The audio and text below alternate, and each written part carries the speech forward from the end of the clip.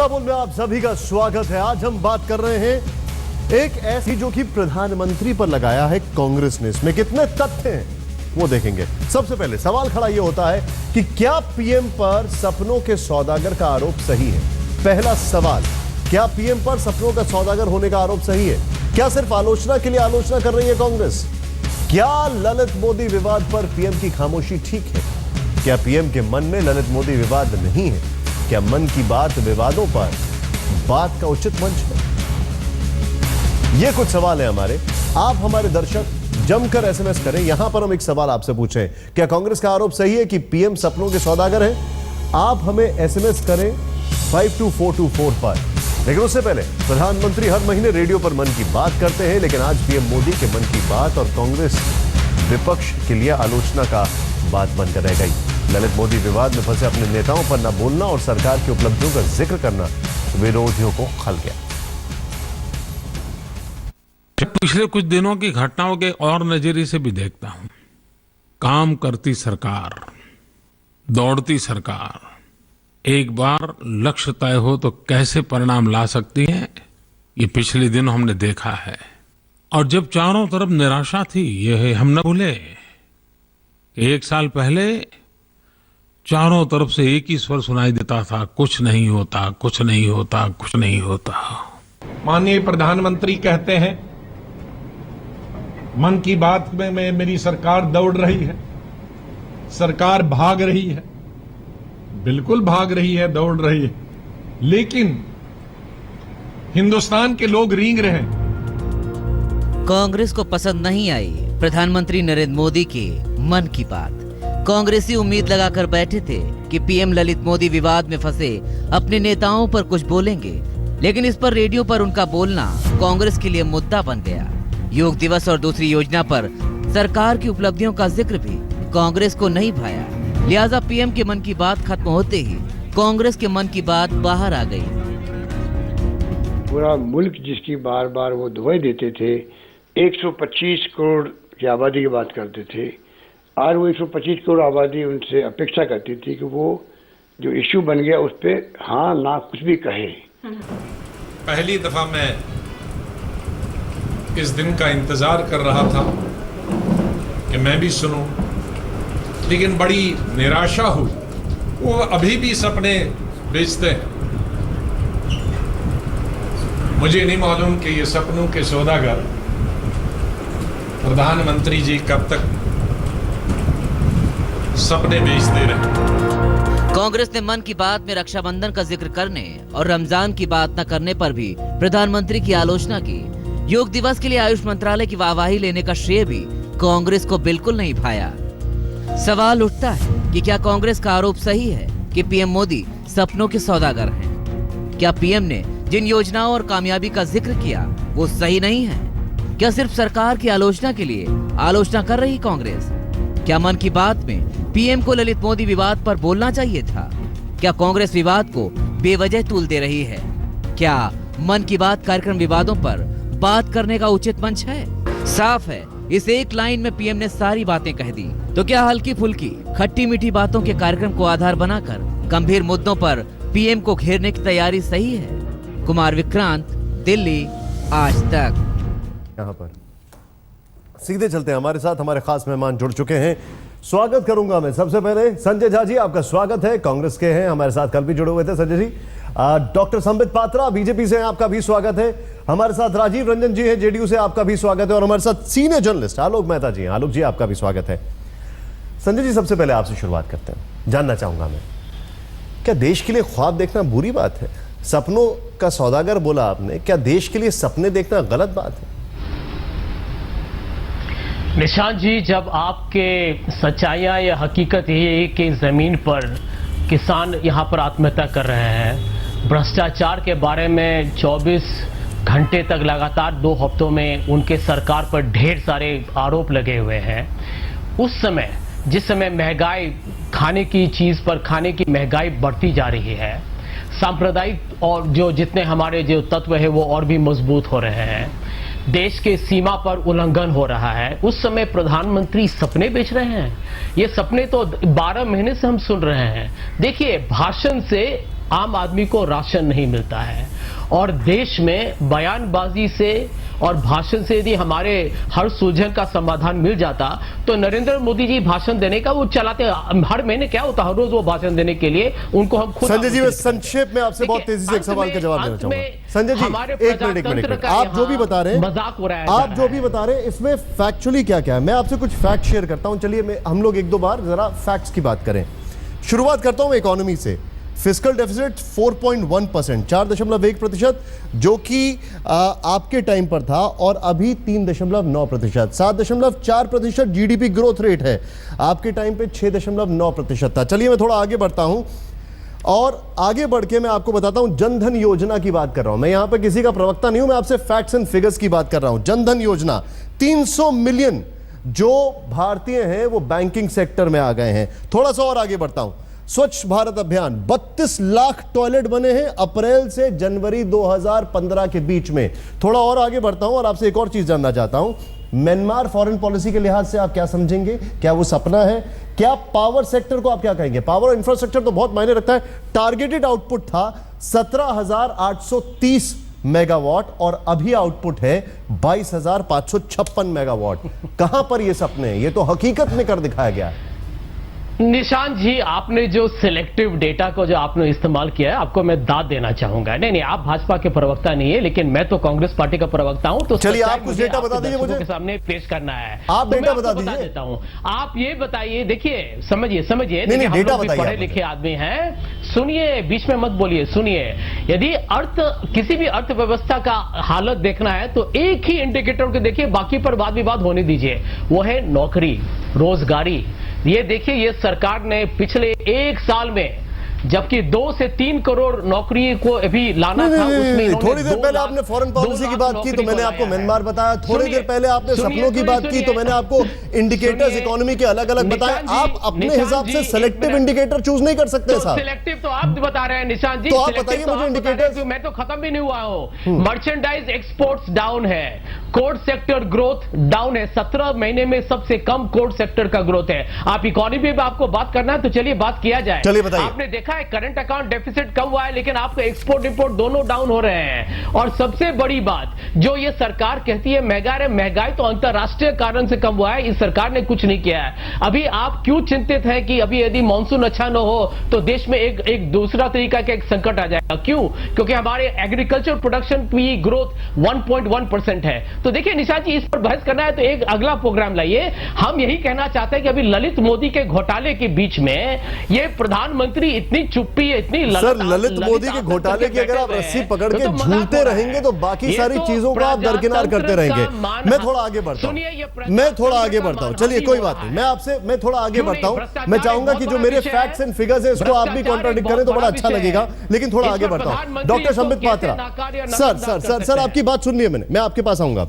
Doctor Sambit Patra, ये तो इनसे बात हो गई, मैं आपसे कुछ चीजें जानना चाहता हूं। भरत सिंह बलिया से आपके एमपी हैं, जिन्होंने बकायदा ये कहा कि कुछ भी नहीं हो रहा है, अपने एमपीज का काम नहीं हो रहा है। उन्होंने ये कहा, फर्स्ट टाइम एमपी हैं भरत सिंह, जो कि बकायदा ये कहते हैं कि हमारी कॉन्स्टिट्यूंसी में कुछ नहीं हुआ। जो प्रधानमंत्री ग्राम सड़क योजना है उससे 1 किलोमीटर तक सड़क नहीं बनी है, ये उनका कहना है। ये आपके एमपी हैं। कुछ दिन पहले मुरली मनोहर जोशी जी ने क्या कहा था हमें अच्छी तरीके से पता है, गंगा की सफाई पर। आपने म्यांमार किया, लेकिन आपके सहयोगी वहां पर हैं, कुछ नहीं करते। हर दिन श्रीनगर में झंडे दिखाई देते हैं, पाकिस्तान के तो दिखाई देते ही थे, अब आईएसआईएस के भी दिखाई देने लग गए। अब मुझे बताइए आप लोग क्या कर रहे हैं?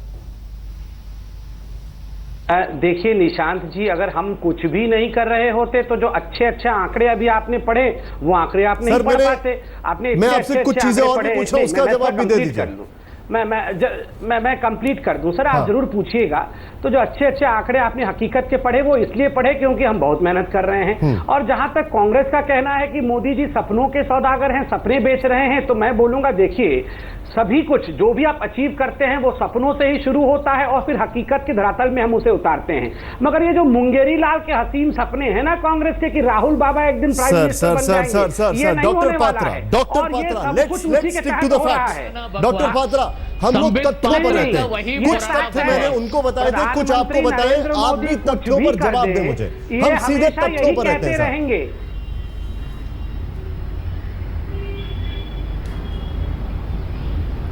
डॉक्टर पात्रा, तथ्यों पर जवाब दें।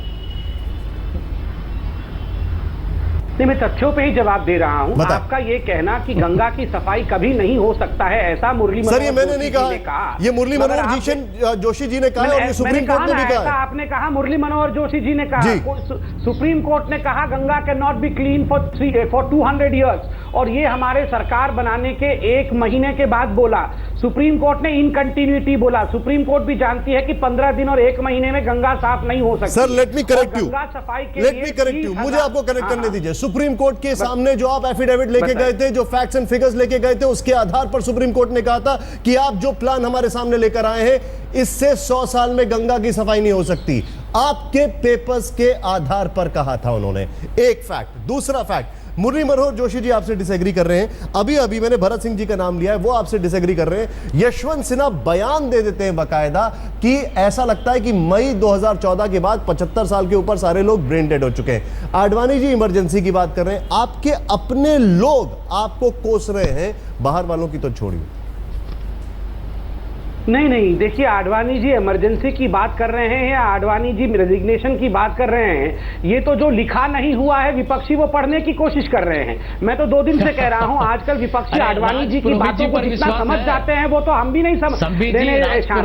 शांत रहिए आप, वरना आप जो बोल रहे थे वो खामोश थे, आप शांत रहिए, वरना फिर वरना आपको अभी फिर ठीक जवाब दूंगा मैं। देखिए, आडवाणी जी की बात को संजय झा जी या कांग्रेस के लोग जितना समझ जा रहे हैं, मुझे लगता है ये कहीं ना कहीं मिस्ड कॉल देके हमारे पार्टी में तो नहीं आ गए हैं। आडवाणी जी हमारे साथ के हैं, मतलब हमारे पार्टी में हैं, हम इतनी बात को नहीं समझ पाते हैं। अर्थात जो चीज उन्होंने कहा नहीं वो भी मन के अंदर से निकाल के ले आते हैं। तो ये इतनी बात कैसे समझ रहे हैं? पहले ही समझ जाते तो इनका कुछ कल्याण होता। चलिए, इनकी पार्टी थोड़ा आगे बढ़ता हूं, मैं थोड़ा आगे बढ़ता हूं। यहां पर हमारे साथ जेडीयू के भी हैं, हमारे साथ वरिष्ठ नेता है राजीव रंजन जी। राजीव जी, मैं आपसे एक चीज जानना चाहता हूं, अभी तक जो आपने सुना उस पर आपका क्या कहना है, खासकर ये देखते हुए कि पर्चे पे चर्चा हो रही है बिहार में, और वो भी तुलना 1 साल की 10 साल से। देखिए, सबसे पहली बात तो ये है कि हमारे राज्य में अगर 10 साल बनाम 1 साल की चर्चा हो रही है तो उसकी वजह साफ है। 10 वर्षों में बिहार जिस कदर बदला है, केंद्र की उदासीनता और उनके बेईमानियों के बाद भी, तो निश्चित तौर पर इसका श्रेय नीतीश कुमार जी की सरकार को जाता है। उनके नेतृत्व में जिस तरह से बिहार में आधारभूत संरचना की बुनियाद रखी गई, जिस तरह से बिजली को लेकर के एक अविश्वास का वातावरण था, काफी हद तक हम लोगों ने कामयाबियों के झंडे गाड़े, और साथ ही साथ जिस तरह से बिहार में सड़कों का जाल बिछा है, पुल पुलिये बने हैं। मैं मानता हूं कि नीतीश कुमार जी ने संसाधनों के अभाव के बावजूद बिहार में विकास की रफ्तार को तेज करने का काम किया। जीडीपी के ग्रोथ रेट को लगातार पिछले 10 वर्षों में उन्होंने मेंटेन रखा है, और बढ़त में हम सर, ये तो आप काफी आगे दिख रहे हैं बाकी राज्यों की मुकाबले। ये तो आप अपनी बात कर रहे हैं, लेकिन थोड़ा मौका दिया जाना चाहिए ना, किसी को 1 साल ही हुआ है, बस थोड़ा मौका भी दिया जाना चाहिए। क्या कहते हैं आप उस पर? निश्चित तौर पर अगर आपको जनादेश 5 वर्षों का मिला है तो आपने उसका 20% समय काट लिया है। 20% समय कम नहीं होता आपके मूल्यांकन करने के लिए। वैसे अच्छा लगा आपने निश्चित तौर पर कुछ तो एग्री कर रहे हैं। मैं आपके पास वापस आ रहा हूं, आलोक जी के पास आऊंगा और लूंगा इस सब पर एक टिप्पणी, क्योंकि हम अपने बुलेटिन के अगले भाग में एक और चीज इस खास प्रोग्राम के बाद में बात करेंगे कि आज मन की बात में किसके मन की बात थी, वो जनता की या खुद प्रधानमंत्री के मन की बात। आलोक जी, आपने हमारे तीनों जो गेस्ट हैं उनको सुना, तथ्यों पर हम बात कर रहे हैं, आपका अभी तक इस पर क्या निष्कर्ष है? सपनों के सौदागर होना क्या बुरी बात है, और क्या जो सपने दिखाए गए पहले साल में कुछ ज्यादा ही सपने देखे गए और कुछ ज्यादा ही चीजें मांगी जा रही हैं? निशांत जी, ये बात सच है कि मन की बात में कुछ बातें ऐसी हैं जो पूरे समाज के लिए एक मैसेज की तरह से है, वो ठीक है। मैं उस पर इसलिए, चूंकि आपकी बात की शुरुआत उससे है कि उसमें वो मुद्दे क्यों नहीं आते, और सपने तो बेचे, चाहे वो नेहरू ने बेचे या गांधी ने बेचे या इंदिरा गांधी ने बेचे या अटल जी ने। सपने तो लोगों को नहीं दिखाएंगे तो इम्प्लीमेंट कैसे होगा? सपना दिखाना ठीक है, लेकिन ये आपने जो तथ्य रखे हैं, मेरा ऐसा मानना है कि यदि मोदी जी उनको हल्का सा छूते कि कहाँ कठिनाइयाँ आ रही हैं ऐसे सपनों को साकार करने में जो वायदे किए गए थे। और दूसरा, चाहे वो, मैं जानता हूँ कि समित पात्रा जी भी कहेंगे भाई वो प्रधानमंत्री इस तरह की बातें नहीं करते, लेकिन उनके साथ जो हम यदि पुराने और संजय झा जी भी देखेंगे, यदि आप नेहरू के भाषण, पहले प्रधानमंत्री के भाषण भी देखेंगे, वो भी आकाशवाणी पर बोलते थे, उनके भाषण इकट्ठे भी हैं, उनमें इन सब समस्याओं की चर्चा, मैसेज भी रहते थे, लेकिन अपनी कमजोरियां भी वो स्वीकार करते थे। अच्छा ये होता कि यदि वो वसुंधरा मोदी जी या ललित मोदी की वसुंधरा राजे और ललित मोदी की बातें न करें डायरेक्ट, लेकिन ये तो कह सकते थे कि भाई परसेप्शन कुछ गड़बड़ा रहा है। यदि कुछ लोग, जो उनकी पार्टी के लोग बोल रहे हैं, अरुण जेटली बोल रहे हैं, रविशंकर प्रसाद बोल रहे हैं, दुनिया भर के पार्टी प्रवक्ता बोल रहे हैं, तब वो इन मुद्दों को ये कहते कि हमारी योजनाओं के, यदि हमने मकान बनाने की बात की है तो उसको कैसे हो रहा है, यदि सफाई की बात की थी वो क्यों नहीं हो पा रही है। केवल ये कहना कि सब कुछ अच्छा है, योग दिवस या योग शिक्षक सर, मैं अगर इसको थोड़ा ऐसे लूं कि अपने दर्शकों के लिए, प्रधानमंत्री ने एक बार बहुत पहले कहा था कि ग्लास में आधा पानी है और आधा खाली नहीं, आधी हवा है। तो अगर बातचीत आधी हवा के बारे में ज्यादा हो तो लोग थोड़ा चिंतित हो जाते हैं कि आधी हवा के बारे में बातचीत क्यों हो रही है, और भी पानी है उसके बारे में बातचीत हो सकती है, और यह भी बातचीत हो सकती है कि इसमें पानी कब भरा जाएगा। यही हम जानना चाहेंगे अपने इस खास कार्यक्रम के अगले भाग में कि मन की बात में किसके मन की बात, लोगों के या खुद प्रधानमंत्री। तो शुरुआत करते हैं एक बार फिर अपनी जनता से। जनता से हम ये सवाल पूछ रहे हैं यहां पर हल्ला बोल में। हमारा सवाल है कि क्या कांग्रेस का आरोप सही है कि पीएम सपनों के सौदागर हैं? भर भर के लोग एसएमएस कर रहे हैं और एसएमएस कर रहे हैं। आप देखें आपका क्या राय है। हाँ सिर्फ 39% और 61% कहते हैं नहीं। चलिए अब हम आगे बढ़ते हैं, सीधे चलते हैं। संबित पात्रा जी हमारे साथ हैं, हमारे साथ संजय झा हैं, राजीव रंजन है, आलोक मेहता जी हैं। डॉक्टर पात्रा, एक सवाल है मेरे पास, अभी एक ट्वीट आया और राजीव मलिक जी ने ट्वीट किया और उन्होंने कहा कि यह सवाल पूछना जायज बनता है कि प्रधानमंत्री ने किसके मन की बात की। उनका यह कहना है ये जनता के मन की बात भी होनी चाहिए। क्या आज की तारीख में जनता के मन में ललित मोदी, सुषमा स्वराज, वसुंधरा को लेकर सवाल नहीं है? क्या जनता नहीं चाहेगी कि ठीक है सीधे सीधे ना बोला जाए, कम से कम छू लिया जाए इन मुद्दों को, कम से कम इन सवालों के ऊपर एक प्रधानमंत्री की तरफ से एक टिप्पणी हो? तो ये मन की बात किसकी थी? प्रधानमंत्री के मन की बात थी या जनता के मन की बात थी? देखिए, बहुत कम समय में दो हिस्सों में जवाब देता हूं। नंबर 1, ये मन की बात का जो कंसेप्ट है, ये प्रधानमंत्री के मन में उपजे ऐसे आइडियाज को जन जन तक पहुंचाना है जिससे उनके जीवन में बदलाव आए। आप देखिए, आज बहुत छोटी सी बात मगर कितनी बड़ी बात है, दोनों चीज है। आज उन्होंने जो कहा, जो महिलाएं हमारे ख्याल रखती हैं, हमारे घरों में काम करती है, अगर हम उनको बहुत महंगे गिफ्ट ना देके 12 रुपए वाला या 330 रुपए वाला जन सुरक्षा स्कीम्स जो गवर्नमेंट की है वो दे, तो कितना बड़ा परिवर्तन इन महिलाओं के जीवन में हो सकता है। निशान जी, आप भी मानेंगे, अगर ये पूरा देश का अगर 20% जनता भी अपना लेती है तो आप सोचिए हम कितना भी डिबेट और डिस्कशन रोज करते रहे, चाहे मैं जीतूं चाहे संजय झा जीते। आज महत्वपूर्ण है कि अगर 5 महिला भी जीत जाती है ना इस जन सुरक्षा के माध्यम से, कि जब वो 60 साल की हो जाएगी, वो किसी पे डिपेंडेंट नहीं होगी, तो प्रधानमंत्री की मन की बात सफल हो जाती है। और दूसरा विषय कि ललित गेट के विषय में बात करनी चाहिए कि नहीं, 24 घंटे तो हम टीवी पे लड़ रहे हैं, और काहे लड़ रहे हैं? आप देखिए, ललित गेट का जो पूरा निर्माण हुआ, इस गेट का स्थापत्य हुआ, इस गेट का, ये तो यूपीए के दौरान में हुआ। अगर आपको जानना है इसके विषय में, कांग्रेसी इतने बेचैन हैं तो इनको मैडम की मन की बात करनी चाहिए। नहीं, मैडम की मन की बात से मालूम पड़ेगा। अगर ललित मोदी की बात है तो आप करेंगे बात, और अगर कोई और चीज है तो कोई और करेंगे बात, प्रधानमंत्री करेंगे बात। क्या इन लोगों के जोड़ दूं? हाँ, मैं खाली संबित जी एक बात निवेदन करूंगा। आप ये देखिए, ये बात सच है कि महिलाओं के लिए लोग पैसा जमा करें, रक्षाबंधन पर दे दें। इस तरह से सरकारी खजाने में 17,000 करोड़ का आंकड़ा पिछली बार जब 1 साल पूरा हुआ तब दिया गया था। तो जनता जमा करती रहे, उस गरीब लोगों को, उन महिलाओं को 300 रुपया कैसे मिल सकता है सरकार की तरफ से, क्या उनके बच्चों की पढ़ाई के लिए हो सकता है, उस पर मन की बात में क्यों नहीं चर्चा करते? आप ये देखिए, खाली लोगों से खजाना भरा जा रहा है। ऐसा लगता है कि खजाना भर के फिर ललित मोदी जैसे लोगों के हाथों में पहुंच जाए और उसका नुकसान देश को हो। लेकिन उससे ज़्यादा जरूरी क्या ये नहीं है कि आप ये भी बताएं कि इन 300 रुपये उसको तो बाद में मिलेगा ना, 20 साल बाद। डॉक्टर पात्रा, अभी जनता को क्या मिल रहा है, ये जनता जानना चाहती है। मैं इसका उत्तर दे दूं जी। ये बड़ा वाजिब प्रश्न पूछा, मैं इसका उत्तर दे दूं। नंबर 1, प्रधानमंत्री जी ने खुद इसका उत्तर दिया कि जहां तक योजनाओं का विषय है, मैं रोज वो काम करता हूं। ये 300 रुपए क्या 3000 रुपए कैसे महिलाओं को मिले, इस विषय में प्रधानमंत्री जी रोज बोल रहे हैं, रोज इस पर चर्चा हो रही है, वो काम कर रहे हैं। जहां तक मन की बात है, वो जीवन के स्पर्श करने वाले छोटी छोटी बातें हैं कि भाई तुम अपने बहन को महंगी गिफ्ट देते हो, सर ये बड़ी बड़ी बातें हो रही है यहाँ पर देश में, और आप छोटी छोटी बातों में अटके पड़े। मैं आपसे एक चीज डॉक्टर पात्रा, एक मिनट रोकूंगा मैं, ये बात मेरे गले से नहीं उतर रही है। इतनी बड़ी बड़ी, अच्छा आइडिया पीएम को आ रहा है, क्या लोगों को आइडिया नहीं आ रहा है कि भाई ये क्या हो रहा है? ये तो सिर्फ अपने लोगों को बचा रहे हैं, कोई कार्रवाई नहीं कर रहे, एकदम साफ इमेज वाली सरकार की बात कर रहे थे। ये वन वे ट्रैफिक नहीं है यहाँ पर, आपको ऐसा नहीं लगता? मैं इसका जवाब देता हूँ। आप देखिए निशांत जी, जरा मुझे मौका दीजिएगा बात करने का। नहीं, मैं आपको भी मौका मिलेगा, मैं जवाब दे दूं। विगत 10-15 दिनों से क्या हो रहा है, गरारे कर करके कांग्रेस के प्रवक्ता ऐसे कागज हिला रहे हैं, देशद्रोह हो गया है, देशद्रोह हो गया है, सारा सबूत है। अरे देशद्रोह का सारा सबूत आपके जेब में है। आप मेरे सवाल का अभी भी जवाब नहीं दे रहे। क्या ये लोगों के मन की बात नहीं है कि वो प्रधानमंत्री से सुनना चाहे कि उनकी टिप्पणी क्या होनी चाहिए? बिल्कुल नहीं है। लोगों के मन की बात जो थी वो प्रधानमंत्री जी ने कर दिया है। वो बेरोजगार नेताओं, तो मतलब ये भी आप ही डिसाइड करेंगे लोगों के मन की बात क्या है? करें। संजय झा जी आपका जवाब। नहीं, लोगों से बात करने। ठीक है संजय जी आपका जवाब। संबित जी अब सुनिए 2 मिनट के लिए सुनिए और आराम से देखिए। निशांत जी, सच्चाई क्या है?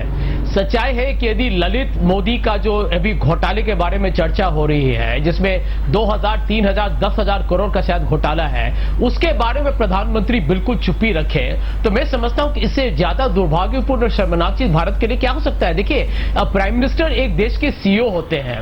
यहां पर सिर्फ कांग्रेस पार्टी और बाकी विरोधी दल प्रश्न नहीं पूछ रहे हैं। आप ही के चैनल पर गोविंद आचार्य जी हो, यदि कीर्ति आजाद हो, इनके अपने पार्टी के लोग हैं। राज पुरोहित इनके पार्टी के हैं, बंबई के। संबित पात्रा, इसमें राजनीति हम नहीं ला रहे, आप खुद सुनिए।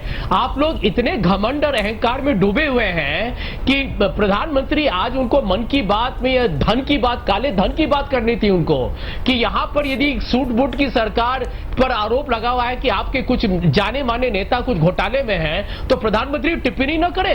यानी प्रेस कॉन्फ्रेंस नहीं है, लेकिन आप उसके बारे में चर्चा भी नहीं कर रहे हैं। ये यही दिखाता है कि आप सच्चाई से हट गए हैं। प्रधानमंत्री सच का सामना न करें तो मैं समझता हूं कि देश के लिए बहुत बड़ा एक मुसीबत आ जाएगा भविष्य में। और निशांत जी, मैं यही कहूंगा कि देखिए, इनके अंदरूनी आंतरिक जो इनके नेता लोग हैं, इनको प्रश्न इसीलिए पूछ रहे हैं क्योंकि उनको चिंता है कि इस सरकार की नैतिकता पर बहुत बड़ा एक प्रश्न उठाया जा रहा है कि क्या ये सरकार के पास सिद्धांत है, कुछ वसूल है, कुछ आदर्श है।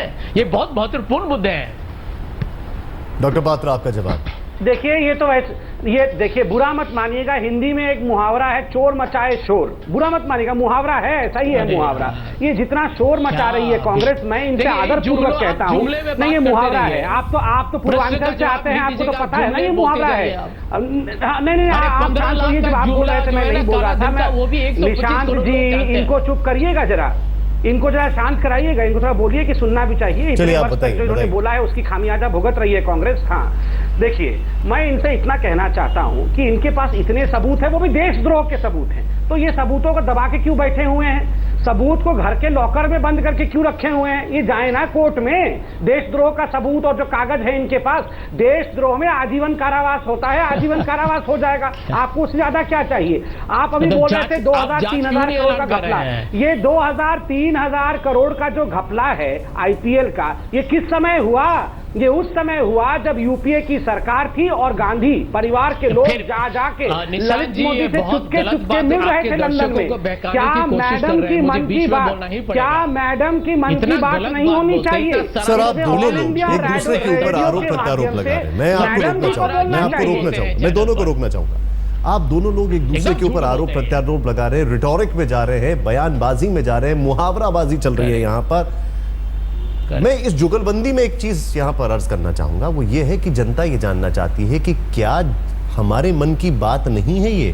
क्या हमारे मन में ये सवाल आना जायज नहीं है कि पीएम, प्रधानमंत्री, जो कि बहुत बड़े बड़े वादे करके आए हैं, अगर उनकी कैबिनेट में एक मंत्री बगैर किसी अप्रूवल के अपने आप फैसला ले लेती है किसी व्यक्ति पर, ना ईडी से पूछा, ना फाइनेंस मिनिस्ट्री से पूछा, ना किसी और से पूछा, ना प्राइम मिनिस्टर ऑफिस से पूछा, अपने आप फैसला ले लिया उस व्यक्ति के ऊपर, तो क्या उसके ऊपर टिप्पणी नहीं होनी चाहिए? क्या एक मुख्यमंत्री हैं जिनके पुत्र के उनके साथ कोई बात नहीं, बिजनेस रिलेशन है, कोई बात नहीं, बिजनेस रिलेशन होना गुनाह नहीं है, लेकिन अगर वो बोलती हैं देश को ना बताया जाए और वो हस्ताक्षर कर देती हैं, तो क्या इस पर प्रधानमंत्री को नहीं बोलना चाहिए, रोशनी नहीं डालनी चाहिए? आप कितना भी बोल रहे हैं, आप लोग तो दिन भर बहुत सारी चीजों पर बोलते हैं, उस पर भी तो प्रधानमंत्री मन की बात में बोलते हैं, इस पर क्यों नहीं बोलते? इससे परहेज क्यों है? ये मेरा सवाल है, इस पर आप दोनों सवाल नहीं, जवाब नहीं मिला। मैं एक बार फिर से जाऊंगा राजीव रंजन जी के ऊपर। राजीव जी, यहां पर सवाल है मन की बात पर, आपकी इस पर टिप्पणी क्या है? देखिए निशांत जी, सबसे पहले तो मुझे लगता है ब्रेक का वक्त आ जाएगा आपका। मेरी नहीं बात आएगा, आप पूरी बोले, नहीं बिल्कुल बोले, नहीं आएगा। ललित गेट से अगर आगे आएंगे निशांत जी, देश में कई सवाल उभर करके आए हैं। मालेगांव के विस्फोट कांड के लिए जो स्पेशल पब्लिक प्रोसिक्यूटर को एनआईए ने नई सरकार बनने के बाद सॉफ्ट स्टैंड लेने के लिए कहा है। ये एक बड़ा आरोप है जो कहीं ना कहीं आतंकवाद को भी धर्म के आधार पर देखने की एक नई प्रवृत्ति जो नई सरकार के गठन के बाद दिख रहा है पूरे देश में, ये एक बड़ा सवाल उभर करके आया है। दूसरी तरफ शिवराज सिंह चौहान ने जिस तरीके से टेलीफोन पर मतदाताओं को प्रलोभन दिए हैं, वो देश के सामने आया है सवाल। हमारा ये कहना है कि महाराष्ट्र के 5 मंत्रियों के खिलाफ भ्रष्टाचार के मामले आए हैं। पंकजा मुंडे से लेकर के विनोद तावड़े, कहीं सर्टिफिकेट का मामला है, कहीं भ्रष्टाचार का मामला है। पूरे देश में हंगामा मचा हुआ है। गोवा में इनके सहयोगी दल के मंत्री पर फर्जी सर्टिफिकेट का मामला उभर करके आया है। तो जो जनता के सामने पारदर्शिता और शुचिता का प्रश्न उठा करके नरेंद्र मोदी जी ने पूरे देश में लंबे चौड़े वायदे किए थे और वो तिलस्म टूट रहा है। आज नरेंद्र मोदी जी की बात पर लोगों का एतबार अब नहीं रहा है, एक बाल भी सरकार का खत्म हो रहा है और इसीलिए नरेंद्र मोदी जी मन की जगह दिमाग से काम कर रहे हैं, मन की बात कहने की जगह औपचारिकताओं का निर्वाह कर रहे हैं। अगर ऐसा नहीं होता तो कड़े संदेश की अपेक्षा देश को थी।